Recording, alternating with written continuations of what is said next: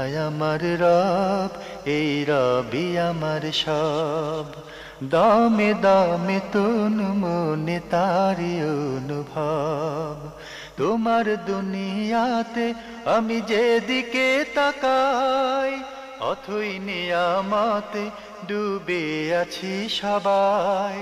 পাক পাখালির গানে শুনি তসবি কালো রব, তসবি কালো রব। আল্লাহ আমার রব, এই রবি আমার সব। আসসালামু আলাইকুম। প্রিয় দর্শক, আপনারা কেমন আছেন? সবাই ভালো থাকুন, সেটা আমাদের একান্ত কামনা। শুরু হলো আপনাদের প্রশ্ন নিয়ে আপনাদের এই প্রিয় অনুষ্ঠান আপনার জিজ্ঞাসা, এনটিভি আয়োজিত এবং লাভ হলো নিবেদিত। আপনাদের সাথে আছি আমি জয়নুল আবেদিন আজাদ। আর আপনাদের মনোজাগা প্রশ্নের জিজ্ঞাসার জবাব দিচ্ছেন বিশিষ্ট আলেম ডক্টর মোহাম্মদ মতিউল ইসলাম। আসসালামু আলাইকুম রহমতুল্লাহি ওয়া বারাকাতুহু। প্রিয় দর্শক, চলুন তাহলে জিজ্ঞাসার জগতে। শুরুতে একটি চিঠি পাঠিয়েছেন নাজনীন। লিখেছেন, আমার 8.5 ভরি গহনা আছে। কিছু গহনা সব সময় ব্যবহার করা হয়, কিছু মাঝে মাঝে ব্যবহার করা হয়। আমার প্রশ্ন হলো, আমি কতটুকু গহনার জাকাত দেব? বিসমিল্লাহ, আলহামদুলিল্লাহ, আসসালাতু ওয়াসসালামু আলা রাসূলিল্লাহ ওয়া বাদ। গহনা 7.5 ভরি বর্তমান হিসেব অনুযায়ী, আধুনিক হিসেব অনুযায়ী 85 গ্রাম যদি কারো কাছে থাকে এবং এর উপরে 1 বছর পার হয়ে যায়, তখন এই স্বর্ণের উপরে জাকাত দিতে হবে। কিন্তু আপনি সাথে একটা কথা যোগ করেছেন, যেটা ব্যবহৃত স্বর্ণ। ব্যবহারিক স্বর্ণের জাকাত দিতে হবে কিনা আমাদের ইসলামিক স্কলার যারা, তারা এই নিয়ে মানে মতপার্থক্য রয়েছে। মানে দুইটা মত আছে। তিনটা মত। তিনটা মত? হ্যাঁ, তিনটা মত। মানে যেটা পরিধানযোগ্য দুইটা বেশি আমরা আলোচনা করে থাকি। দুটো। একটা হলে যে লাগবে না, আর একটা হলো যে লাগবে, আর একটা হলো দিয়ে দেওয়া উত্তম। এই তিনটা মত ব্যক্ত করে দুইটা থেকে এটা একটা ফলসফা। জি জি জি, এটা নিয়ে এসেছে। যাই হোক, অধিকাংশ ওলামা ইকরাম বলেছেন যে ব্যবহারিক স্বর্ণের জাকাত দিতে হবে না। তারপর আবার কেউ বলেছেন না, ব্যবহারিক স্বর্ণ কার যেটাই হোক জাকাত দিলে ভালো। সেই হিসাবে আপনার যেটা বলেছেন, আপনার 8.5 ভরি আছে, যদি আপনি মনে করেন যে জাকাত দিয়ে দেবেন, তাহলে 8.5 ভরি দিতে হবে। স্বর্ণ কিছু ব্যবহার করতেছে না, কিছু হয়তো কয়েকদিন ব্যবহার করছেন, কয়েকদিন ব্যবহার করেন না, এভাবে না। গলার নেকলেসটা আজকে ব্যবহার করছেন, আবার রেখে দিলেন, 6 মাস পর আবার ব্যবহার করলেন। সব গহনা তো সবসময় ব্যবহার হবেও না। তো সেই দৃষ্টিকোণ থেকে আমরা ওই ব্যবহারিক স্বর্ণের জাকাতের কথাটাই বলে দিলাম। সেটা বিশেষ করে দুটা দিকেই একদল আহলে ইলম বলেছেন, যে ইসলামিক স্কলার বলেছেন যে জাকাত দেয়া লাগবে না, কেন এটা ব্যবহারিক। আর ব্যবহার ছাড়া অন্য স্বর্ণের জাকাত সেটা দিতেই হবে যদি জমা করা হয়। হ্যাঁ, যদি পুঞ্জীভূত সম্পদ হিসেবে রাখা হয়, গোল্ড হিসেবে। জি। এবং যদি সেটা আবার যদি এমন হয় যে, যেমন পরিবারের মধ্যে সকলের স্বর্ণগুলো একাত্র করলে 10 ভরি হবে, কিন্তু আলাদা মায়েরটা আলাদা, মেয়েরটা আলাদা, স্ত্রীরটা আলাদা, এগুলো যদি করে নিলে ওভাবে না হয়, প্রত্যেককে যদি মালিক করে দেওয়া হয়, তাহলে ওটা জাকাত দিতে হবে না। এটাই হলো মূল ব্যবহারিক স্বর্ণের জাকাত সম্পর্কে যেটা ধারণা দেওয়া দরকার আমাদের দর্শকদেরকে, সেটাই আমরা উপস্থাপন করলাম। আপনি আরও লিখেছেন, কোনো কারণে জোহর ও আসর নামাজ জমা করে আসরের সময় পড়া হয়, তাহলে জোহরের সম্পূর্ণ নামাজ আদায় করতে হবে, নাকি শুধু ফরজটুকু পড়লেই হবে? ফরজ পড়লে চলবে ইনশাআল্লাহ। নিয়ম জমার জন্য নিয়ম হচ্ছে, জোহর সালাত এবং আসর সালাতকে একাট্ট করে হয়তো জোহরের ওয়াক্তে, অথবা জোহর আর আসর সালাতকে একাট্ট করে আসরের ওয়াক্তে। এটাকে জমা তাকদিম এবং জমা তাখির, মানে আগে জমা করা পরে জমা করা, যদি বাংলায় আমরা বলি আর কি। আর মাগরিব এবং ঈশাকে একাট্র করে হয়তো মাগরিবের ওয়াক্তে এবং অথবা ঈশার ওয়াক্তে। যে সমস্ত কারণে এই নামাজ একাট্র করে পড়ার বিধান, তার মধ্যে একটা হলো সফরে থাকা। এরপরে আরেকটা হলো যদি কোনো ব্যক্তি অসুস্থ হয়, যেমন মাগরিবের সময় এত বেশি অসুস্থ, প্রত্যেক ওয়াক্ত নামাজের জন্য ওযু করানো কঠিন হয়ে যায়, তায়াম্মুম করানো কঠিন হয়ে যায়, এসব ওযরের কারণে মাগরিব আর ঈশাকে একাট্র করে মাগরিবের ওয়াক্তে, অথবা মাগরিব আর ঈশাকে একাট্র করে ঈশার ওয়াক্তে, জোহর আর আসরকে একাট্র করে জোহরের ওয়াক্তে, অথবা জোহর আর আসরকে একাট্র করে আসরের ওয়াক্তে পড়া জায়েজ আছে, এবং অসুস্থতার কারণে, সফরের কারণে ইত্যাদি কারণে দুই নামাজকে জমা করে পড়া, এটা বলা হয়। এটাকে বলা, যদি সফর অবস্থায় থাকে সাথে কসর হবে। হ্যাঁ, মানে যদি সফর অবস্থায় থাকেন তাহলে সফর অবস্থায় থাকা অবস্থায় মানে ওই যখন মুসাফির থাকবে তখন দুই নামাজকে একাত্র করে পড়া এবং 4 রাকাত বিশিষ্ট নামাজকে 2 রাকাত করে আদায় করা, কসর করে আদায় করা। তো এটাকে বলা হয় আরবিতে জামআন ওয়া কাসরা, জমা করে এবং কসর করে নামাজ আদায় করা। জি, আমরা জানলাম প্রিয় দর্শক, বোন নাজনীন আপনি সবশেষে লিখেছেন বেতের সালাত সবসময় একই রকম সূরা দিয়ে পড়তে হয়, যেমন সূরা আলা, সূরা কাফিরুন ও সূরা ইখলাস? পারেন, এভাবে পড়লেও পড়তে পারেন। যদি অন্য সূরা দিয়ে পড়েন তা তো কোনো অসুবিধা নেই। রাসূল সাল্লাল্লাহু আলাইহি ওয়াসাল্লাম যেটা করেছেন বেতের সালাতের মধ্যে, এই আমলটা করেছেন। সূরা আল আলা দ্বিতীয় রাকাত, সূরা কাফিরুন, এরপরে সূরা ইখলাস তৃতীয় রাকাতে। এভাবে পড়লে পড়া যাবে। অন্য সূরা পড়লেও, আপনি আলাম নাসরা পড়লেন, অত্তিন পড়লেন, কুল হুয়াল্লাহ পড়লেন, তাও হয়ে যাবে, কোনো অসুবিধা নেই। সব যে কোনোভাবে আদায় করলে আদায় হয়ে যাবে। আমরা জানলাম প্রিয় দর্শক, এবার আমাদের হাতে একটি চিঠি, এটি আগের চিঠি, নাম প্রকাশে অনিচ্ছুক আমাদের এক বোন পাঠিয়েছিলেন সিরাজগঞ্জ থেকে। আগের চিঠির প্রশ্নের ধারাবাহিকতায় আপনি আরও প্রশ্ন করেছেন। আমি একটি হাফিজিয়া মহিলা মাদ্রাসায় 100 টাকা মাসিক চাঁদা দিই। এই চাঁদা আদায়কারী আমার স্বামীরই পরিচিত, কিন্তু সে নাকি তাকে পছন্দ করে না, তাই সে আমাকে চাঁদা দিতে বাধা দিচ্ছে। কিন্তু বিপত্তি হচ্ছে, যদি বলি স্বামী পছন্দ করছে না চাঁদা দেওয়া, তাই দেব না, তাহলে তার ভাব মর্যাদা নষ্ট হয় এবং স্বামী অসন্তুষ্ট হয়। আবার যদি বলি আমি আর চাঁদা দিতে পারবো না, তাহলে আমার ভাব মর্যাদা নষ্ট হয়। তাহলে আমি এখন কোন পদ্ধতি অবলম্বন করব?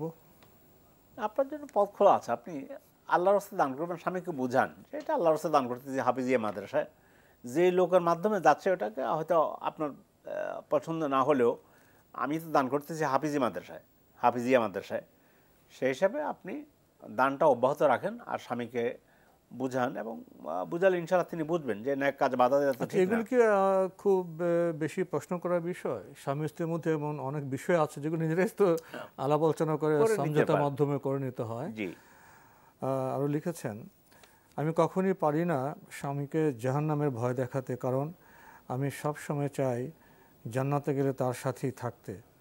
কিন্তু একজন পুরুষ জানে জান্নাতে তার জন্য আছে অসংখ্য নারী স্ত্রী, তাই তার দুনিয়ায় স্ত্রীর প্রয়োজন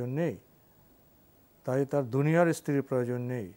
একজন নারীর জান্নাতে যাওয়ার জন্য ফরজ ব্যতীত অতিরিক্ত সওয়াব অর্জন, দান, নফল ইবাদত স্বামীর ইচ্ছার উপর নির্ভরশীল। তাই জান্নাত নয় জাহান্নামে কি নারীর জন্য নিকটে? মোহতারাম, আমি আপনার কাছে যাওয়ার আগে আমাদের বোন যে প্রশ্নগুলো এখানে করেছেন, এই প্রশ্নগুলোর পিছনে যে দৃষ্টিভঙ্গি উঠে এসছে এবং জ্ঞানগত যে সীমাবদ্ধতা এখানে উঠে এসছে, সে প্রসঙ্গে কিছু কথা বলাই প্রয়োজন। আসলে প্রশ্ন করার আগে বোধহয় নিজের সাথে একটু কথা বলা দরকার। জি, যে আমি একটা মিডিয়াতে প্রশ্ন পাঠাচ্ছি, প্রশ্নটা কতটা সঙ্গত, কতটা জ্ঞানভিত্তিক। শুরুতেই বোন আপনি বলেছেন যে স্বামী এবং স্ত্রীর প্রসঙ্গে আপনাকে কে বলল যে জান্নাতে শুধু স্বামীরাই হুর পাবেন? হুর গিলমানের বিষয়টা কি? তারা সেবক সেবিকা। জান্নাতেবাসী পুরুষরাও হুর গিলমান পাবেন, নারীরাও পাবেন, তারা সেবিকা। আর স্ত্রী হিসেবে বা স্ত্রী স্বামী হিসেবে কাকে পেতে চায়, এটা আমরা এই পৃথিবীর অভিজ্ঞতা থেকে বিবেচনা করছি। আপনার কাছে আমি প্রশ্ন রাখতে চাই, পৃথিবী আর জান্নাত কি একই বিষয়? পৃথিবীর মানুষ আর জান্নাতের মানুষ কি একই বিষয়? পৃথিবীতে আমাদের সব কিছুর সীমাবদ্ধতা, আয়ুর সীমাবদ্ধতা, চিন্তাভাবনার সীমাবদ্ধতা, রুচি অভিরুচির সীমাবদ্ধতা। একটা প্রশ্ন করি, জান্নাতে নরনারীর কি আয়ুর কোনো সীমাবদ্ধতা আছে? যৌবনের কোনো সীমাবদ্ধতা আছে? তাহলে ওইটা কি অন্য লোক নয়, অন্য জগৎ নয়? পৃথিবীর অভিজ্ঞতা দিয়ে কি আমরা জান্নাতকে উপলব্ধি করতে পারবো? জান্নাতের বিষয়াবলীকে আমরা উপলব্ধি করতে পারবো? আসলে জান্নাত প্রসঙ্গে আমরা দু চারটা ভাষা কথা শুনি, দু চারটা আপনার পুস্তিকা পড়ে আমরা একটা মতামত গ্রহণ করি। এ বিষয়ে বোধহয় প্রশ্ন করার আগে আমাদের আরও অনেক জানার বিষয় আছে। আর কোত্থেকে আপনি কথা বললেন যে জান্নাতে যাওয়ার জন্য অতিরিক্ত সওয়াব অর্জনের ইবাদত শুধু পুরুষে করতে পারে, নারীরা করতে পারে না। ইসলামী ইবাদত পদ্ধতির মধ্যে তেমন কোনো বিষয় নেই। জানুন, ভালো করে জেনে প্রশ্ন করুন। শুধু শুধু নিজেকে কেন আপনি বঞ্চিত মনে করছেন? না, ইসলামে নারী তো বঞ্চিত নন। নারীকে অনেক দিয়ে ইসলাম উন্নতির শিখরে, মর্যাদা শিখরে পৌঁছে দিয়েছে। নারীর পায়ের নিচে তো সন্তানের বেহেশত, কই পুরুষের পায়ের নিচে তো নয়। এ কথা তো আপনি বললেন না। আসলে আমাদের ভারসাম্যপূর্ণ চিন্তা ভাবনার প্রয়োজন, এবং যেসব প্রশ্নে ভারসাম্য থাকবে, প্রশ্ন জ্ঞান ভিত্তিক হবে, সেসব প্রশ্নের মাধ্যমে আমরা উপকৃত হব। এবার আপনার কাছে যেতে চাই। না, আপনি ঠিকই বলেছেন। হাদিসের মধ্যে তো এসেছে যে জান্নাতের বিষয়টা তো এখানে উপলব্ধি করার, জান্নাতেও উপলব্ধি করতে পারবে না। হাদিসের মধ্যে এসেছে আদাদতু, হাদিসে কুদসি, আদাদতু লিইবাদিয়াস সালিহিনা মা লা আইনুন রাআত ওয়ালা উযুনুন সামিআত ওয়ালা খাতারা আলা কালবি বাশার।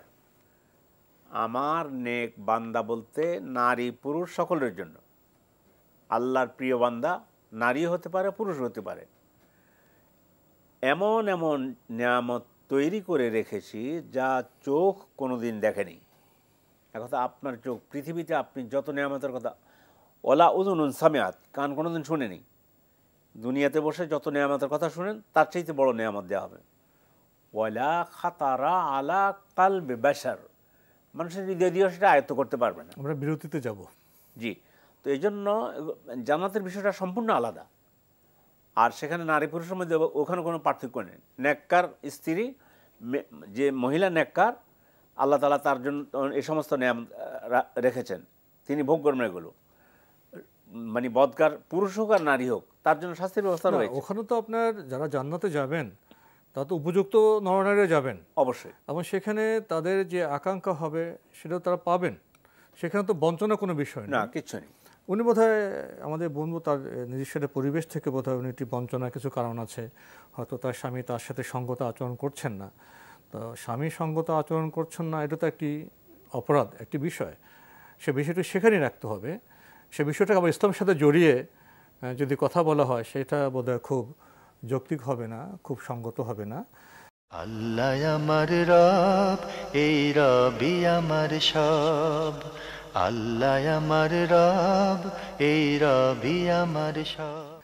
আমার নাম প্রকাশে অনিচ্ছুক এক বোনের চিঠি পড়ছিলাম। বেশ কয়েকটি প্রশ্নের আমার জবাব দিয়েছি। ওনার শেষ প্রশ্নটি এরকম: ক্রয় মূল্যের পরিবর্তে দেনমোহর, দাসীর পরিবর্তে স্ত্রী, এ দুটি নামান্তর ব্যতীত কৃতদাসী ও স্ত্রীর মধ্যে মৌলিক পার্থক্য কোথায়? বোন, আপনি এই চিঠিতে কয়েকটি শব্দ ব্যবহার করেছেন, যেমন দেনমোহর। তো এটা তো একটা ইসলামী পরিভাষা।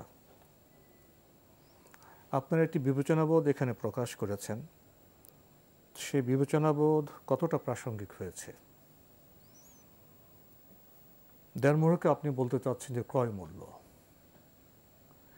আপনি ইসলামের বিয়ের যে দর্শন, বিয়ের যে শরিয়া বিধান, সে সম্পর্কে কি অবগত হয়েছেন? আপনাকে প্রশ্ন করতে চাই, অবগত হলে আপনি দেনমোহরকে, নারীকে ক্রয়ের মূল্য হিসেবে কিভাবে বিবেচনা করছেন? প্রিয়তমা স্ত্রীকে আপনি কিভাবে দাসীর সাথে আপনি যুক্ত করছেন?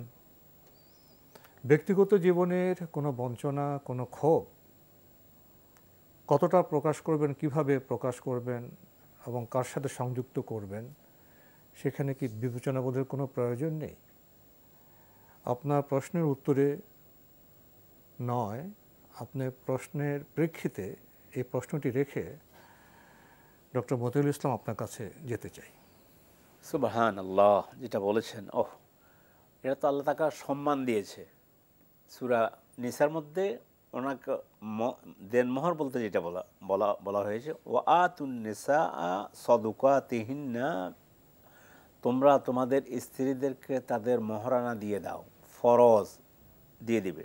এটা স্ত্রীর সম্মান, মর্যাদা। এটা ক্রয় মূল্য নয়, এটা তো ক্রয় মূল্য নয়। ক্রয় মূল্য কোথায় হবে?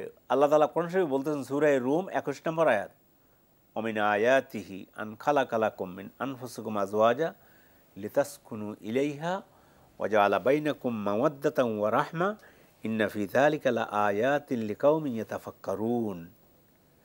আল্লাহর নিদর্শনের মধ্যে এক নিদর্শন হচ্ছে এটা, আন খালাকালাকুম মিন আনফুসিকুম আজওয়াজা, তোমাদের থেকেই তোমাদের স্ত্রীদেরকে সৃষ্টি করেছেন, ওয়া জাআলা বাইনাকুম মাওয়াদ্দাতান ওয়া রাহমা, তোমাদের মধ্যে প্রেম প্রীতি আল্লাহ সৃষ্টি করেছেন দুইজনের মাঝে। সেখানে দাসী করতে হবে, সেখানে দাসী করতে হবে। দাসী তো নয়, বরং বলছে প্রেম প্রীতি সৃষ্টি করেছেন। এই জন্য প্রেম করে বিয়ে করা নয়, বিয়ে করে প্রেম করতে হয়। আবার সেখানে অধিকারের বিষয় আছে, অধিকার। যেমন নারীর উপর পুরুষের অধিকার আছে, ঠিক তেমনি পুরুষের উপর নারীর অধিকার আছে, অধিকারটা বেশি আছে। বেশি আছে। আমি তো সবসময় একটা শব্দ বলি যে নারীকে সম্মানের সিংহাসনে আল্লাহ ইসলাম বসাই দিয়েছে। তো সেখানে আপনি কোথায় পেলেন যে আপনাকে দাসী হিসেবে, যদি হ্যাঁ আপনি একটা বিষয় বলেছেন, আপনার মনে যদি কোনো রাগ থাকে, কোনো ক্ষোভ থাকে, সেটা ভিন্ন কথা, সেটা ব্যক্তির সাথে জড়িত, ব্যক্তির সাথে জড়িত। কিন্তু ইসলাম তো নারীকে কোনো মানে ইসলামের একটি পবিত্র বিধানকে বিয়ের মতো এমন সম্মানজনক অবস্থায় যেখানে নারীকে নেওয়া হয়েছে, সে বিষয়টিকে অবমূল্যায়ন করা আসলে নারীদেরকে অবমূল্যায়ন করা হবে। আমার মনে হয় এই বিষয়ে আমরা আর বেশি কথা বলা বোধহয় প্রয়োজন নেই, আমরা এখানে শেষ করতে পারি। প্রিয় বোন, আপনার অবস্থা আমরা বুঝতে পারছি, কোনো কারণে আপনি সংক্ষুব্ধ হয়ে আছেন। তো সংক্ষুব্ধের যেখানে কারণ সেখানে যান, সেখানে মীমাংসা করুন। এবং আপনার জীবনে তো ইসলাম স্বাধীনতা দিয়েছে। কোনো স্বামী যদি আপনাকে কৃতদাসী বানাতে চায় স্ত্রীর সম্মানজনক আসন থেকে, সেখান থেকে বিচ্ছেদ করার অধিকার আপনার আছে। ইসলাম কখনো আপনাকে কৃতদাসী হতে বলেনি। আপনি আদালতে যান, মুক্ত হয়ে যান, সে স্বাধীনতা ইসলাম তো নারীকে দিয়েছে। আমরা এখানে এই পর্যায়ে এই প্রশ্নের জবাব শেষ করতে চাই। প্রিয় দর্শক, এবার আমাদের হাতে আরও একটি চিঠি পাঠানো হয়েছে মিফতাহুল জান্নাহ মাদ্রাসা থেকে, পাটের বাগ, ঢাকা। লিখেছেন, কোরআনকে সহজ করে দেওয়া হয়েছে যারা হিফজ করতে চায় তাদের জন্য। এটি কি সহিহ হাদিসের বক্তব্য? এটা কোরআনে কারিমের বক্তব্য। ওয়ালাকাদ ইয়াসসারনাল কোরআনা লিযিকরি ফাহাল মিন মুদ্দাকির। সূরা কামারের মধ্যে 4 বার আল্লাহ তাআলা এই শব্দটা, বাক্যটা এনেছেন। আমি কোরআনকে সহজ করে দিই জিকিরের জন্য। এই জিকির শব্দের ব্যাখ্যা করতে গিয়ে ওলামায়ে কেরাম বলেছে হেফজ করার জন্য, অধ্যয়ন করার জন্য, গবেষণা করার জন্য, এই সবটাই এর ভিতরে চলে, আমল করার জন্য, আমলের মাধ্যমে স্মরণ করা। হ্যাঁ, স্মরণ, মানে এসব কিছু চলে আসবে। তো এই জন্য এটা মহাগ্রন্থ আল কোরআন আল্লাহ তাআলা দায়িত্ব নিয়েছেন, ইন্না নাহনু নাযালনা যিকরা ওয়া ইন্না লাহু লাহাফিজুন। আমি এই জিকির নাজিল করেছি, আর আমার দায়িত্বে আমি এটাকে সংরক্ষণ করার দায়িত্ব আমি নিলাম। এই জন্য কোরআন ছাড়া পৃথিবীতে আর কোনো ধর্মগ্রন্থ পৃথিবীতে এ পর্যন্ত হেফজ করতে পারেনি।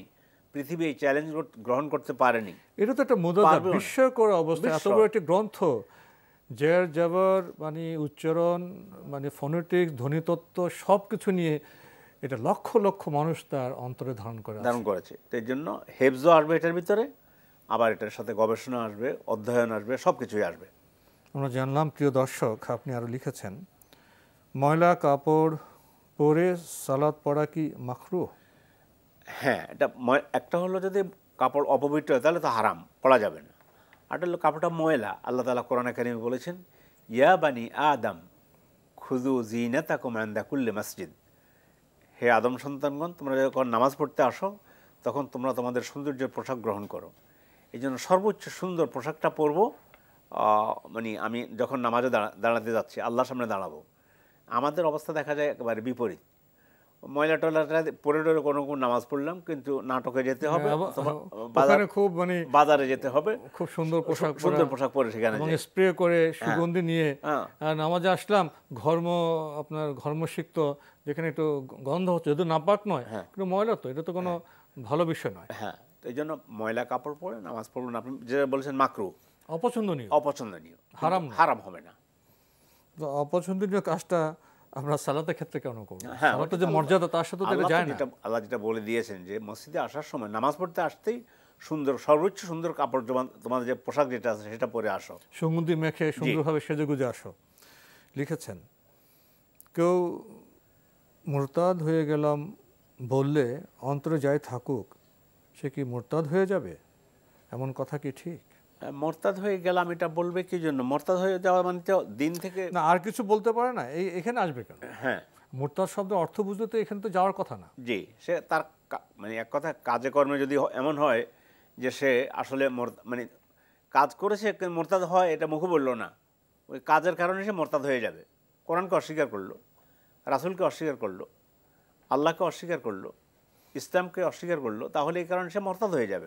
আমি মোরতাদ হয়ে গেলাম এই শব্দ না বলে যদি ওই ধরনের কাজ করে তাহলে সে মোরতাদ হয়ে যাবে। তা মোরতাদ হয়ে গেলাম এটা বলাও লাগবে না। এই জন্য এ সমস্ত ব্যাপারে হুঁশিয়ার থাকা দরকার। আর মোরতাদ হয়ে গেলাম আমি ধর্মত্যাগী হয়ে গেলাম, এটাও বলা ঠিক নয়। না, এটা ঠিক না, এটা তো বলা যায় না, যাবে না। এই জন্য এ সমস্ত ব্যাপারে একজন মোমেনের মুখ দিয়ে কখনো এই ধরনের শব্দ মানে আসতে পারে না, এগুলো ব্যবহার করতে পারে না। জি, তো সময়ের কারণে আমরা আজকের এই বিষয়ে অগ্রসর হতে পারছি না, এখানে শেষ করতে হচ্ছে। আপনাকে অনেক ধন্যবাদ। ধন্যবাদ আপনাকেও। প্রিয় দর্শক, আমরা এতক্ষণ দেখছিলাম এনটিভি আয়োজিত এবং লাভেল নিবেদিত অনুষ্ঠান আপনার জিজ্ঞাসা। আমাদের অনুষ্ঠান আপনারা এনটিভি অনলাইনেও দেখতে পারবেন, ভিজিট করুন www.ntvbd.com। এছাড়া আমাদের ইউটিউবে এবং ভেরিফাইড ফেসবুক পেজে অনুষ্ঠান দেখতে পারবেন। প্রিয় দর্শক, সবশেষে এসে যে শব্দটি আমরা উচ্চারণ করলাম, মুরতাদ, ধর্মত্যাগী, এই বিষয়টি উচ্চারণের আগে কি আমাদের ভাবতে হবে না? একটি হলো আচরণে মুরতাদ হয়ে যাওয়া, আরেকটি বক্তব্যে ভাষায়। আমরা কেন এই অসঙ্গত বক্তব্য উচ্চারণ করব? মুরতাদ হওয়ার শাস্তি সম্পর্কে কি আমরা অবগত? আসলে মানুষ হিসেবে যখন আমরা যে কাজ করব সেটা বিবেচনাপ্রসূত হওয়া উচিত। আমাদের উচ্চারণ, ভাষার প্রকাশটাও বোধহয় বিবেচনায় পরিশীলিত হওয়া প্রয়োজন। চিঠি লিখুন, প্রশ্ন পাঠান আমাদের ঠিকানায়। পরিচালক আপনার জিজ্ঞাসা, এনটিভি, বিএসসি ভবন, 7ম তলা, 102 কাজী নজরুল ইসলাম এভিনিউ, কারওয়ান বাজার, ঢাকা 1215। আপনারা ইমেলও করতে পারেন। আমাদের ইমেল অ্যাড্রেস আপনার জিজ্ঞাসা @ntvbd.com। প্রিয় দর্শক, মহান আল্লাহ আমাদের সবাইকে নিরাপদে রাখুন, রাখুন শান্তিতে। আসসালামু আলাইকুম। আল্লাহ আমার রব, এই রবি আমার সব, দামে দামে তুন মনে তারি অনুভব। আল্লাহ আমার রব, এই রবি আমার সব।